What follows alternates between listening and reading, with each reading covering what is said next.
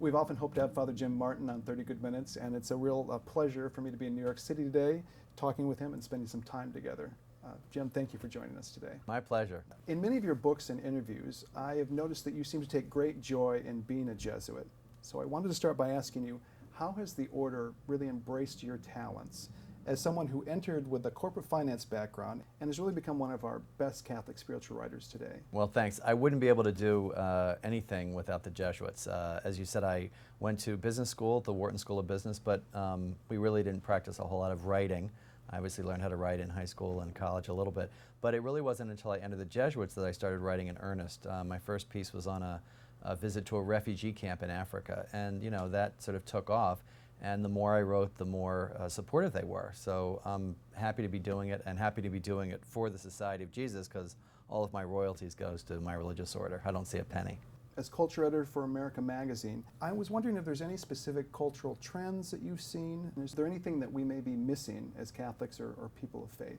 We do a lot of stuff, believe it or not, on the sort of digital revolution, how using Facebook and texting and things like that are affecting how we consume information and how we look at the world. So we do a little bit on that, but we really try to cover things very broadly. We talk about film, television, theater, fine arts, so it's a pretty broad spectrum. But I would say if any one topic comes up frequently or the most, it's this sort of digital revolution and what it's doing to us, and what it's doing to us as believers too. If we're constantly sort of texting and checking our email, does it enable us to have the time to sort of pray and really disconnect a little bit to connect to God in our deeper spiritual lives? In addition to your writing, you make regular media appearances on the Colbert Report and CNN and NPR. I'd like for you to speak about how you see your role as a priest, bringing a useful perspective to some of those more divisive conversations that tend to happen in the media.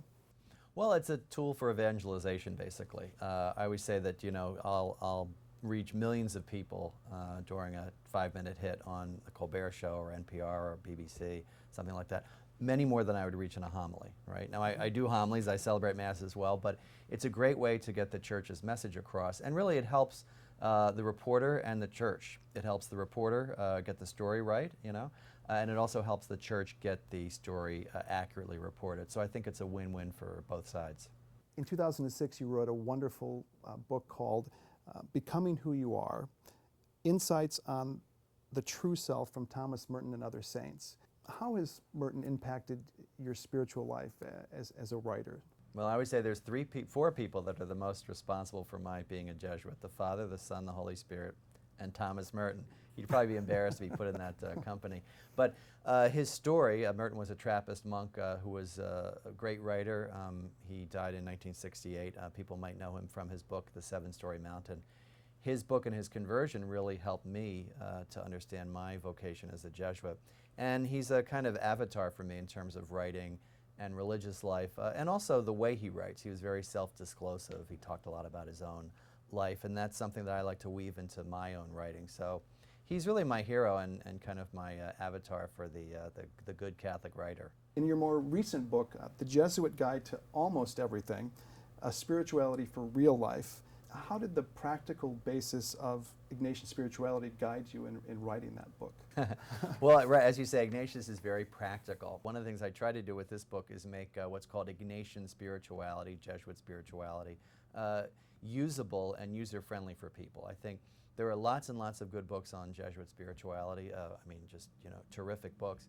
But many of them are written for just Catholics or published just by Catholic publishing houses. And I wanted to really cast the net a little more widely. So the practical aspect is really making it user-friendly for anybody, from the doubtful agnostic to the devout believer. Every moment of our lives is an invitation to meet God. That doesn't mean that God is in this chair, but God is in our interaction. God's in the response that we have when we look outside, as well as in our worship services and in our prayer. So it's a very expansive kind of spirituality. It doesn't say that you can only be spiritual if you're in the walls of a church or if you're a monk in a monastery.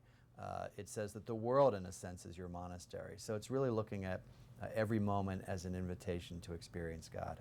In the remaining moments that we have, let's take some time to talk about your new book. Why don't you tell us the title and a little bit about the main theme? Sure. It's called Between Heaven and Mirth, and the subtitle is Why Joy, Humor, and Laughter are at the heart of the religious life.